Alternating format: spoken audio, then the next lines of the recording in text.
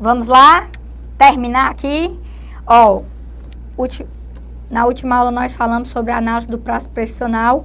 E aí, só recapitulando aqui. Quando esse agente público, na qualidade de agente, ele já só está repetindo isso demais. Eu vou repetir até o dia que você tomar posse, não é nem ser aprovado não, viu? Porque você só vai parar de estudar no dia que você tomar posse. Na qualidade de agente, se ele tiver uma conduta comissiva ou omissiva, né, que cause um dano a um terceiro, surge para a pessoa jurídica para a qual ele desenvolve atribuições uma obrigação de indenizar. Essa ação de indenização é baseada na responsabilidade objetiva do Estado. Aí a vítima só traz 3 elementos: conduta, resultado e nexo causal. Regra geral, o prazo é de 5 anos. E aí a gente tem aquelas 2 exceções que aí é imprescritível, né? Motivação política e tortura ou prisão no regime militar. A pessoa jurídica vai pagar a indenização e tem o direito, dever, baseado no princípio da indisponibilidade do interesse público, de entrar com ação regressiva contra o seu agente público. Aqui essa ação é baseada na responsabilidade subjetiva, tem que provar o dolo ou a culpa do agente, e essa ação é imprescritível, artigo 37, parágrafo 5º. Agora preste atenção. Tudo isso aqui que eu disse a vocês é baseado no artigo 37, parágrafo 6º, 37, parágrafo 6 da Constituição, e obviamente parágrafo 5º bem aqui, né? E esse artigo 37, parágrafo 6º, ele tem esse fundamento baseado na teoria do órgão ou teoria da imputação volitiva. Quando esse agente age, ele age manifestando a vontade da pessoa jurídica. Então, a vítima tem que entrar contra a pessoa jurídica, não contra o agente. O que é que acontece? O que é que está acontecendo? O STJ não está concordando muito com isso. O STJ andou se desorientando e lhe desorientando, e isso anda caindo nas provas do CESDEF, ainda não, na ESAF também já caiu.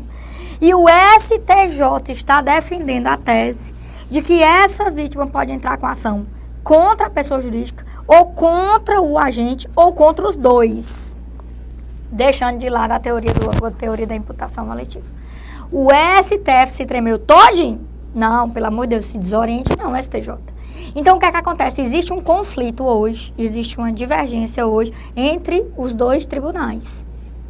Vou lhe mostrar isso agora. A vítima pode... Me tira da tela. A vítima pode propor ação diretamente contra o servidor causador do dano e não contra o Estado. A primeira corrente, que ainda é a mais adotada em concursos, né? Quase que de forma absoluta, né? 90% dos concursos adotam ela. Entende que não pode. Essa primeira corrente, obviamente, quem defende é o STF. Aí eu trouxe a mais recente decisão, que é o recurso extraordinário 720.275. Mas a gente tem umas 200 decisões a respeito disso lá. Então, ele diz assim: trata-se, em verdade, de opção da vítima. Verifica-se assim que o acordo recorrido está em desconformidade com a jurisprudência dessa corte. Ah, eu me desorientei, isso era para ser a partir daqui, viu? Tinha ali de fazendo as coisas, e aí se desorienta, e aí papapá, porque eu não queria trazer a decisão toda, por isso que eu me desorientei. Mas vamos fazer de conta que você não viu isso aqui, tá bom? Opa, porque isso aqui era a linha de raciocínio lá,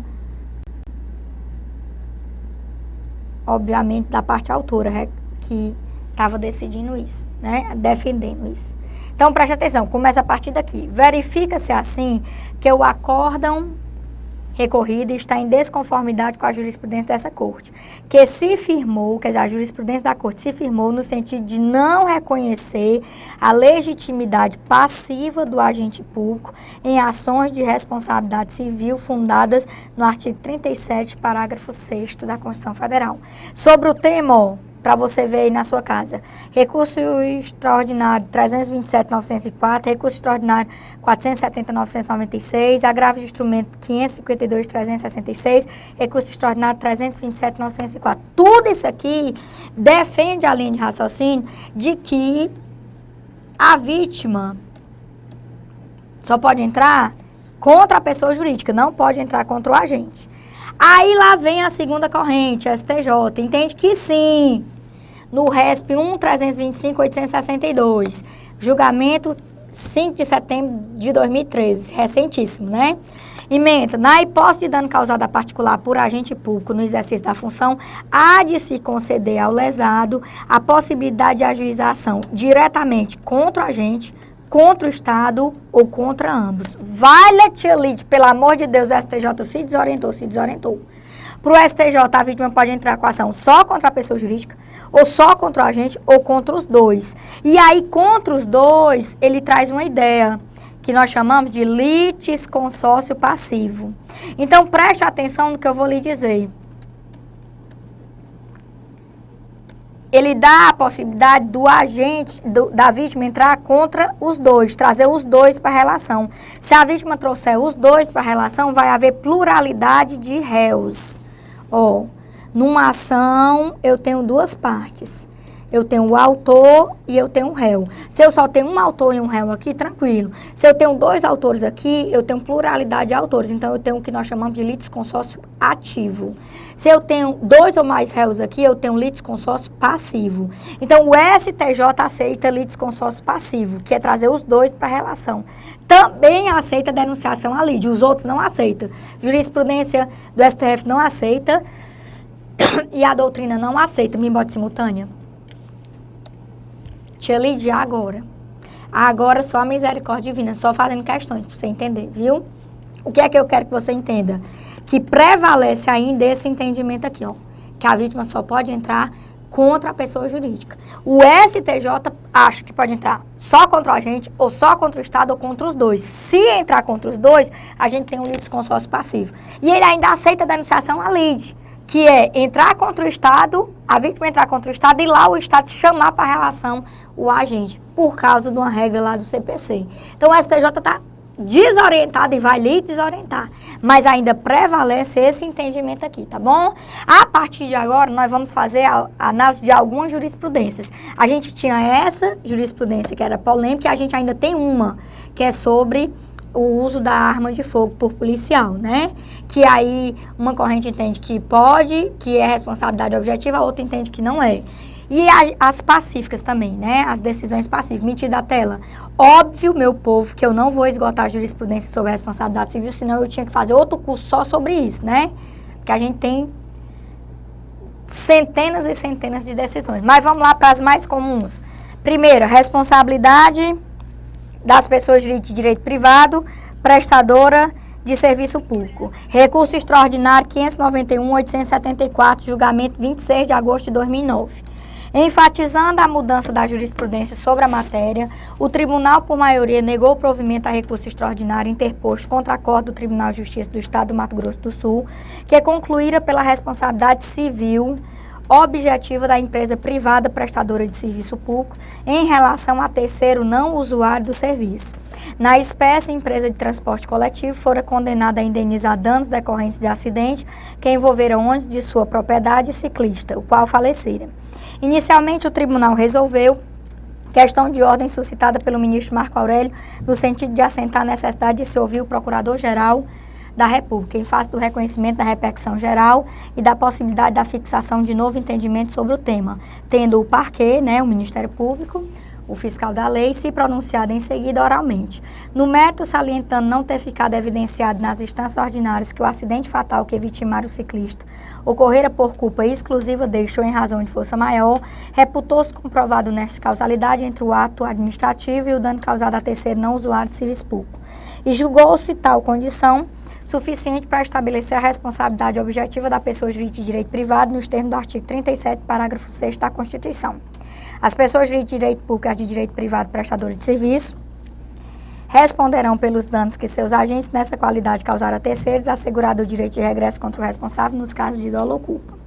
Asseverou-se que não se poderia interpretar restritivamente o alcance do artigo 37, parágrafo 6 da Constituição, sobretudo porque a Constituição, interpretada à luz do princípio da isonomia, não permite que se faça qualquer distinção entre os chamados terceiros, ou seja, entre usuários e não usuários do serviço público. Haja vista que todos eles, de igual modo, podem sofrer dano em razão da ação administrativa do Estado, seja ela realizada diretamente, seja por meio de pessoas jurídicas de direito privado seja por pessoas de direito privado. Observou-se ainda que o entendimento de que apenas os terceiros usuários de serviço gozariam de proteção constitucional decorrente da responsabilidade objetiva do Estado, por ter o direito subjetivo de receber um serviço adequado, contrapor-se à própria natureza do serviço público, que, por definição, tem caráter geral, estendendo-se indistintamente a todos os cidadãos, beneficiários diretos ou indiretos da ação estatal. Vencido Marco Aurélio, que dava provimento ao recurso por não vislumbrar o nexo de causalidade. Tinha lido, não entendi nada. Deixa eu lhe mostrar isso aqui. Eu tenho um divisor de águas aqui, que é o ano de 2009. Mais precisamente, o dia 26 de agosto de 2009. 26 de agosto de 2009. O que é que acontece aqui?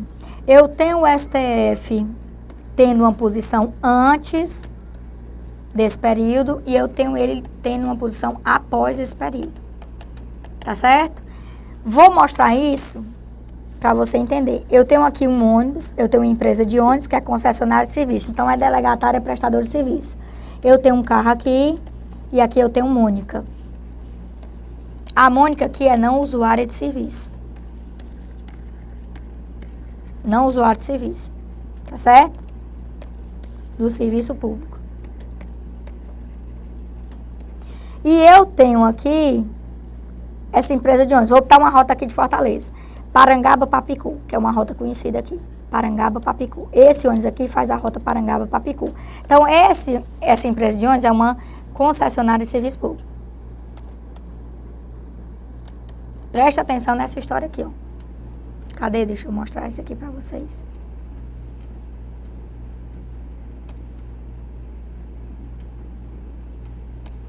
Então, o que é que acontece aqui? Bem aqui, eu vou ter o Cebolinha usando o serviço público. Tá aqui, ele segurando aqui naquela hastezinha, né? Então, o Cebolinha é o usuário do serviço público. Então, eu tenho a empresa de ônibus, que é concessionária de serviço.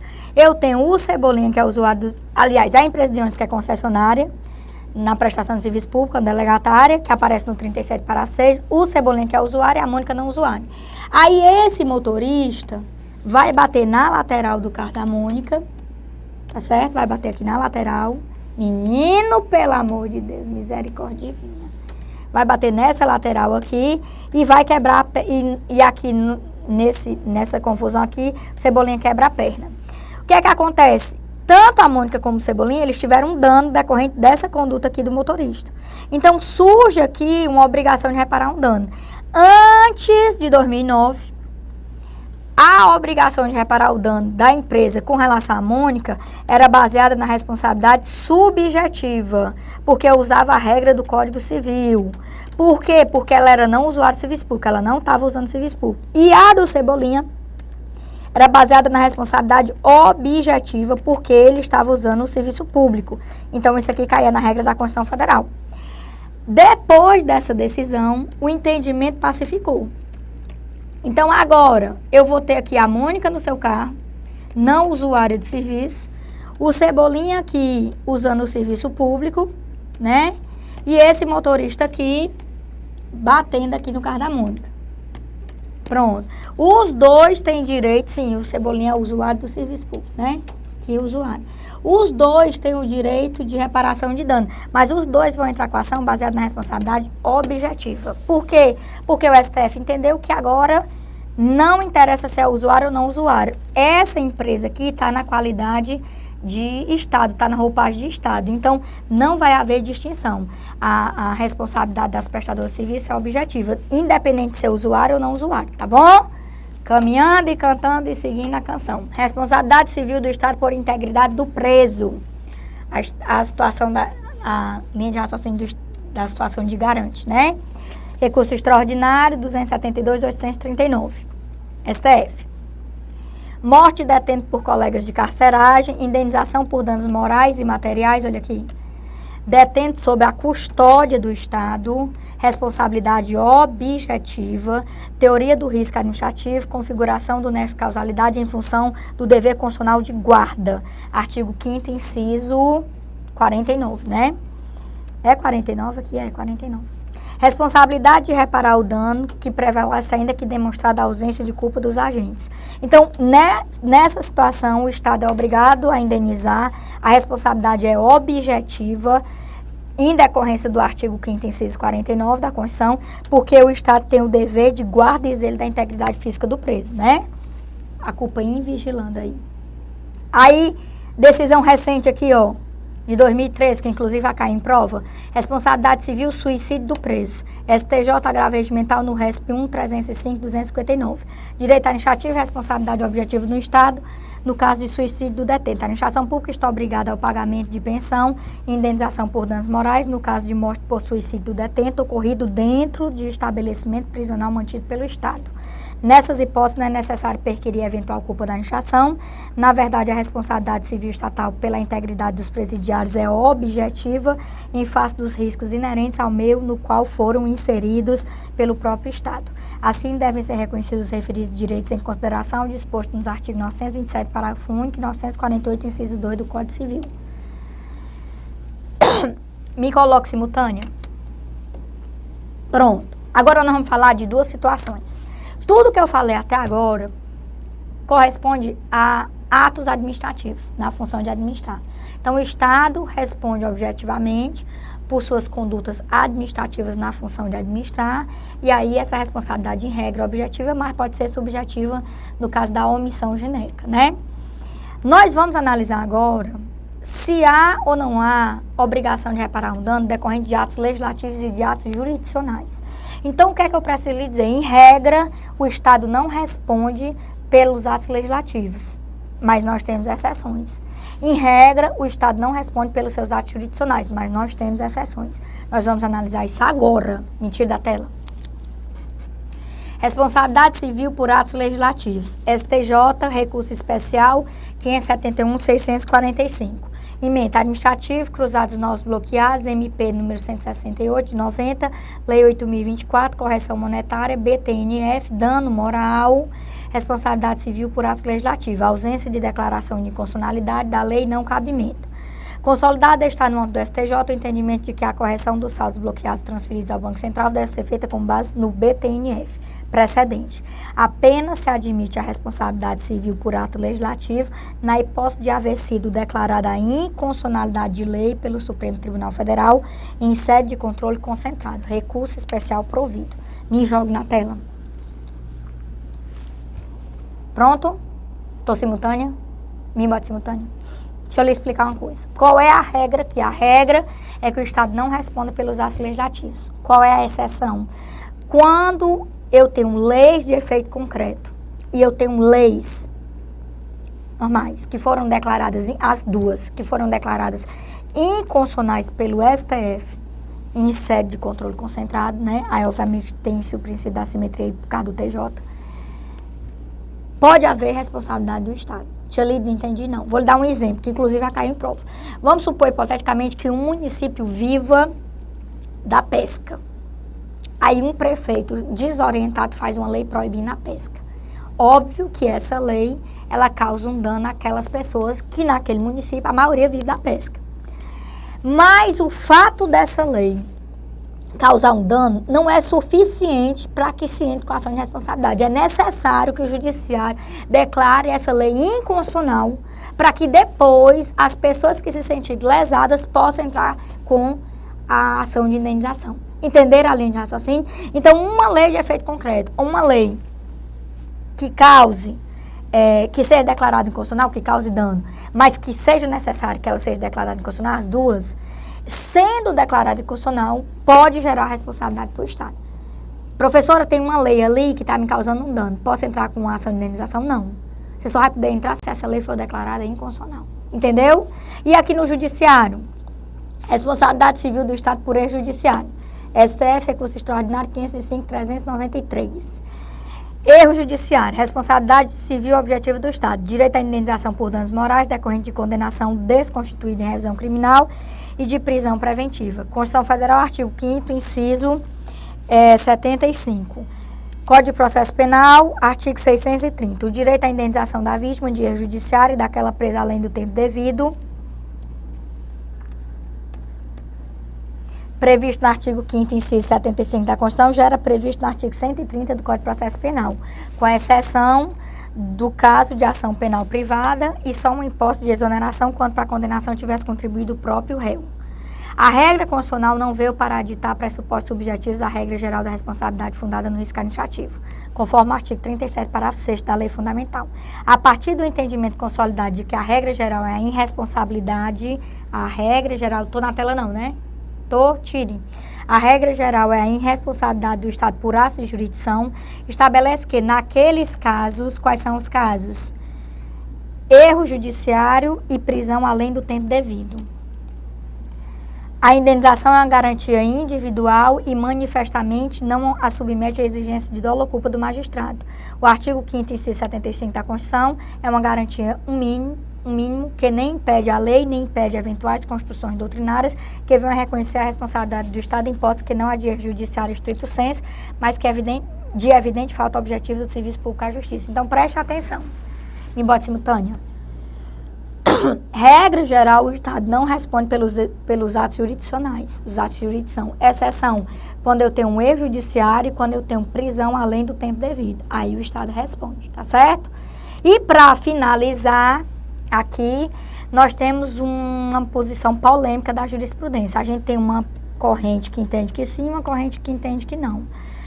Responsabilidade do Estado sobre o uso de arma da corporação. Quando um policial militar em período de folga usa a arma da corporação e causa um dano a um terceiro.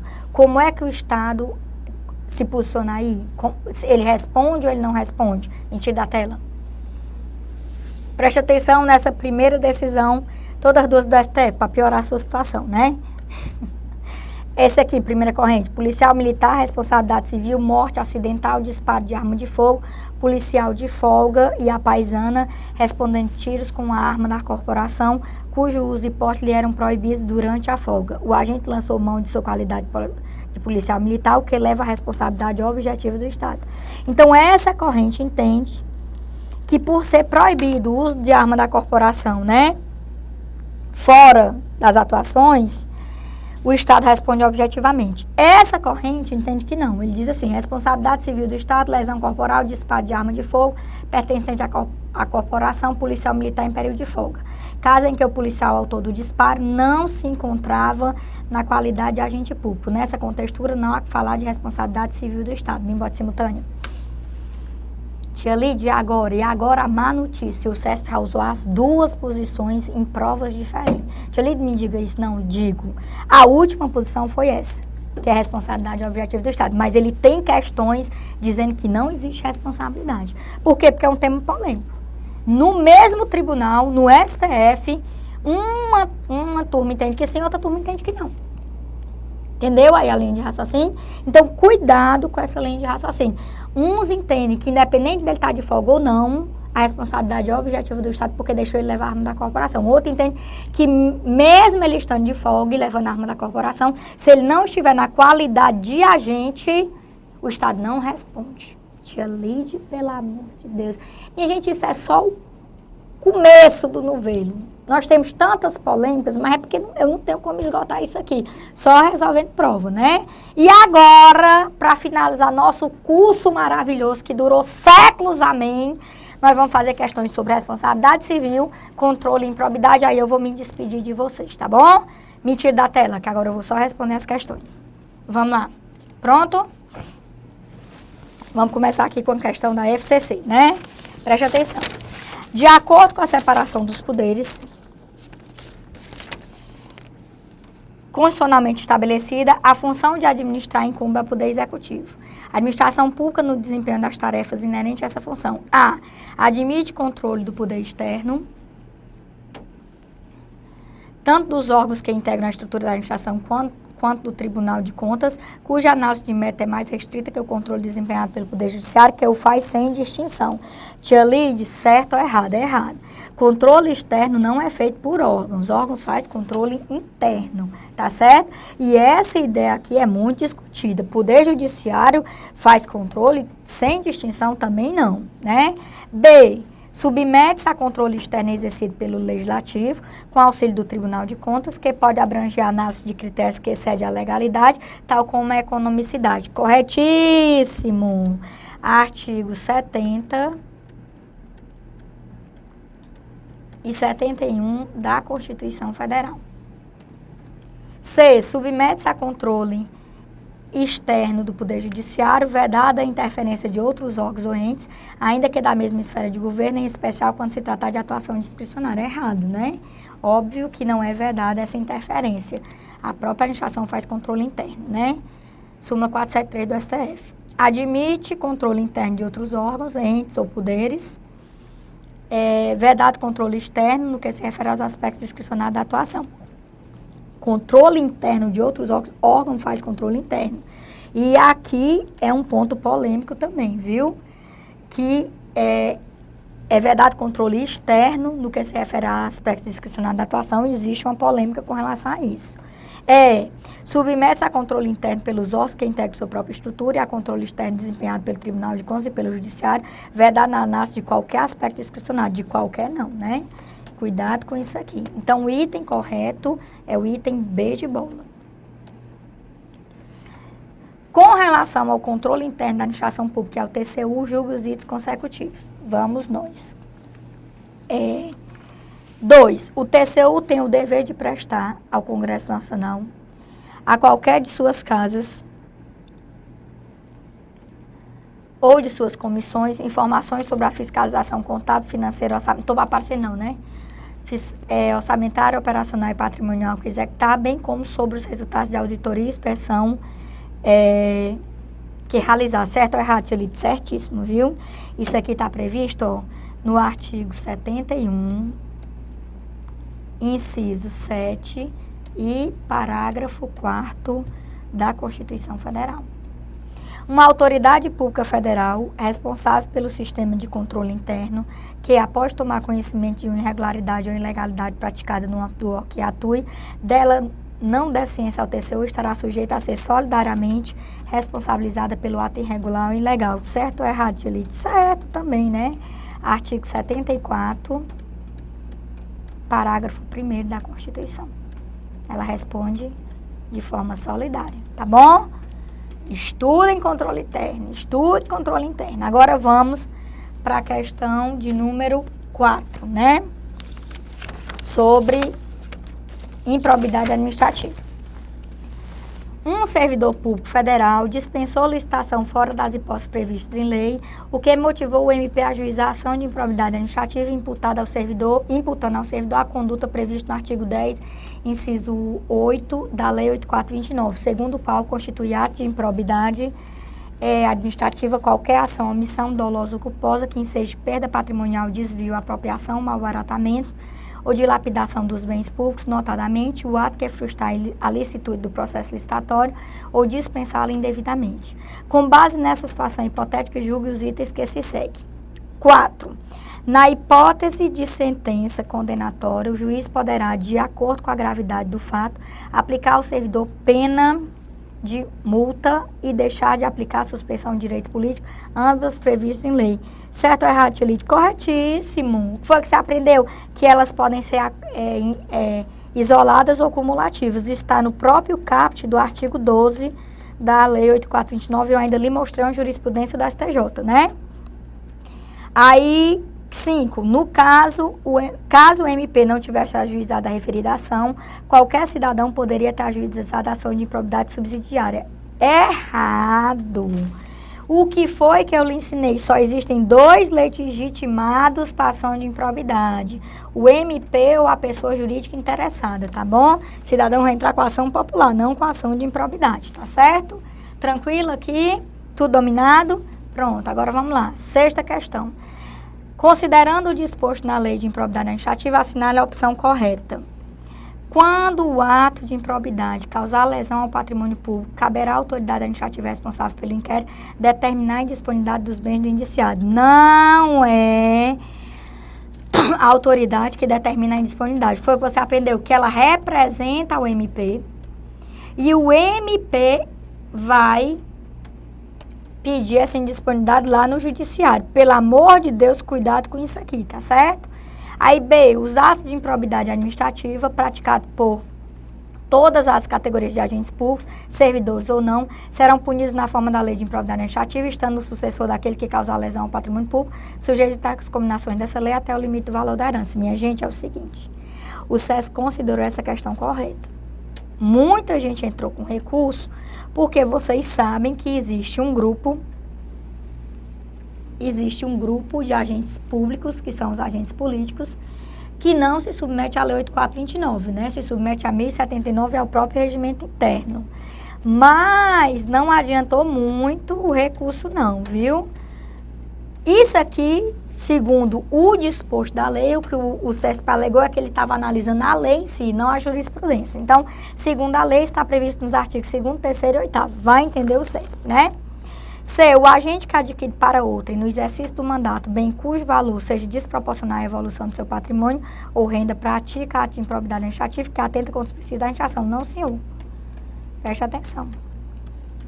Né? Ele está adquirindo para outrem, bem cujo valor seja desproporcional à evolução do patrimônio ou renda daquele. Né? Então, isso aqui não é ato que atenta contra os princípios da administração. Você pode caracterizar como ato de enriquecimento ilícito, se fosse para ele, e que causa lesão ao erário, né?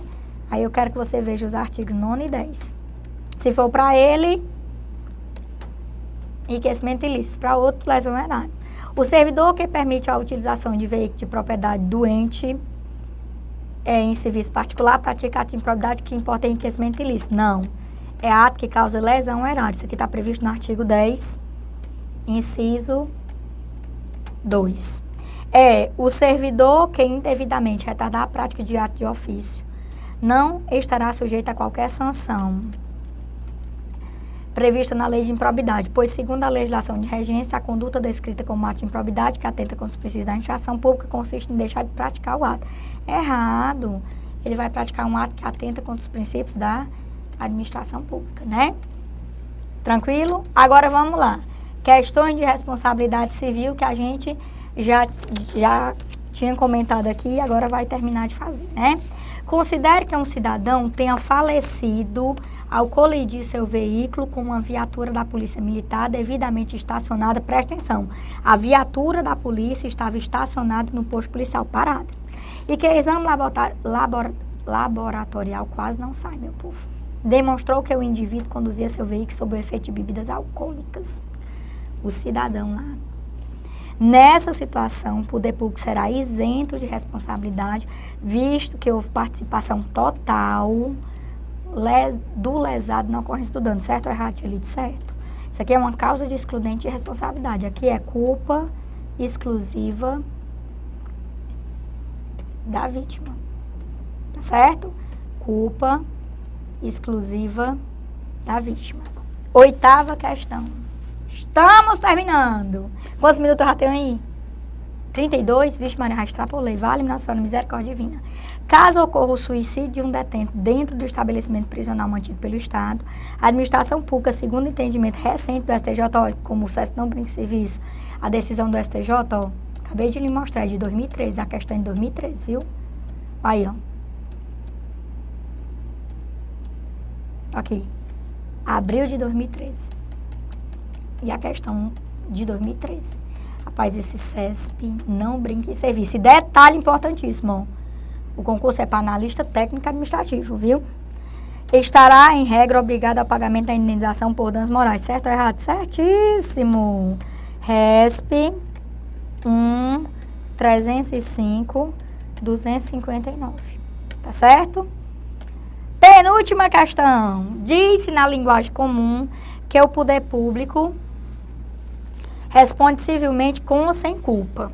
Quando se diz que a responsabilidade civil dos entes públicos é sem culpa, tecnicamente se está querendo explicar que a modalidade da responsabilidade civil aplicada aos mesmos, ou seja, fazer referência à responsabilidade. Vou lá no nosso esqueminha. Cadê?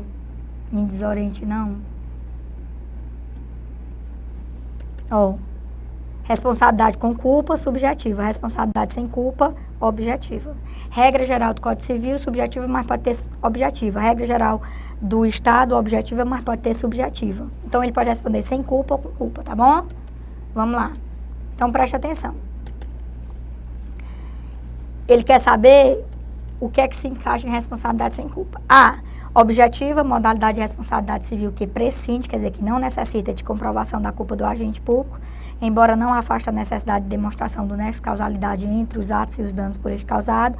B. Objetiva, modalidade de responsabilidade civil que independe da comprovação de culpa e nexo de causalidade entre a ação ou omissão do agente público e dos danos causados em decorrência desses. C. Subjetiva, modalidade de responsabilidade civil que depende da comprovação de culpa do agente ou do serviço público para a configuração do nexo de causalidade aplicável nos casos de ação ou omissão. D. Objetiva ou subjetiva, aplicável a primeira nos casos de omissão e a segunda nos casos de atos comissivos praticados por agente público, cuja culpa deve obrigatoriamente ser demonstrada. É objetiva pura, que independe da existência de culpa, da comprovação do nexo de causalidade e não admite qualquer excludente de responsabilidade. Vamos por parte. Não é subjetivo, porque se é sem culpa, é objetivo. Então, essa daqui já está errada. A C e a D está errada. A é objetiva pura, que independe da existência de culpa, da comprovação do nexo de causalidade e não admite qualquer excludente de responsabilidade. Não essa daqui, porque essa daqui, ó, é teoria do risco integral. Teoria do risco integral. E a regra geral para a gente é a teoria do risco administrativo, lembre-se disso. Então, não é essa, entenda por quê. Aí, B, objetiva, modalidade de responsabilidade civil, que independe da comprovação de culpa e nexo de causalidade entre a ação ou omissão do agente público e os danos causados, independe do nexo de causalidade, não. Independe da comprovação de culpa, sim, mas tem que demonstrar o nexo de causalidade. Então, o erro tá aqui, ó, tá certo? E aí o item A, que é o nosso item correto, objetiva, modalidade de responsabilidade civil, que prescinde, quer dizer, que não necessita de comprovação de culpa do agente público, embora não afaste a necessidade de demonstração do nexo de causalidade entre o ato e o dano por este causado. Então, o item correto é o item A. E, finalmente, ai meu Deus, eu não estou nem acreditando, chegou, estou toda me tremendo, ó, Alan. Última questão. A teoria que impera atualmente no direito administrativo para a responsabilidade civil do Estado é a teoria do risco integral, segundo a qual a comprovação do ato, do dano e do nexo causal é suficiente para determinar a condenação do Estado. Entretanto, tal teoria reconhece a existência de excludentes de responsabilidade. Dois erros fatais. A nossa teoria é a teoria do risco administrativo. Risco administrativo. O risco administrativo aceita excludente, o risco integral não aceita. Me coloque bem aí simultânea só para me despedir aqui dos meninos, que eu nunca pensei que esse dia ia chegar, ó. Simultânea. Minha gente, que curso extenso, né? Que curso que quase não se acaba. Eu queria lhe pedir desculpa pelos contratempos, pelos problemas, né? Mas queria lhe dizer que eu estou muito feliz por ter completado o curso e por ter tentado, de alguma forma, lhe ajudar nessa caminhada. Eu vou me despedir de você com um texto, eu vou desaparecer aqui, né? Eu vou ler esse texto, quando eu terminar de ler, nossa aula tem acabado e o nosso curso tem acabado de forma completa. Mas eu quero lhe dizer que eu estarei sempre aqui para lhe ajudar. Tá bom? Um grande abraço, tenha fé em Deus sempre e boa sorte na sua caminhada. Você precisa ser a mudança que quer ver no seu mundo. Essa mudança depende só, única e exclusivamente de você. Não espere isso de pai, não espere isso de mãe, não espere isso de marido, de esposa, de filho, de noivo, de noiva, de namorado. Não espere isso de ninguém. Você tem que tomar a iniciativa e você tem que acreditar na capacidade de transformação da sua vida. Então, não espere que ninguém entenda o que você está passando. Você é quem tem que acreditar em você e você não pode desistir de jeito nenhum. Se cair, levante, continue, tenha fé em Deus, tenha fé em você mesmo e acredite nessa sua capacidade de mudança. A única pessoa que pode transformar a sua vida é você. E você já está fazendo a sua parte, estudando. Então acredite, mesmo que existam milhões de coisas contrárias a essa linha de raciocínio, mesmo que ninguém acredite em você, não perca a sua capacidade de ter fé em você mesmo. Sempre acredite em você. A única pessoa que não consegue passar em concurso público é aquela que desiste. Então não desista. Você tem que acreditar que você é capaz de passar no concurso público, porque essa caminhada é solitária. Você vai fazer essa caminhada sozinho, mas na hora que você conseguir a sua vitória, daí ela é coletiva. Todo mundo vai estar feliz com você. Você precisa ser a mudança que quer ver no seu mundo. Essa mudança está dentro de você, não está fora. Não é externa, ela é interna. No momento em que você disser, eu acredito em mim, eu acredito que eu posso ser servidor público, você vai conseguir. Eu, Tia Lide, acredito em você e acredito que você vai passar. Você precisa ser a mudança que quer ver no mundo.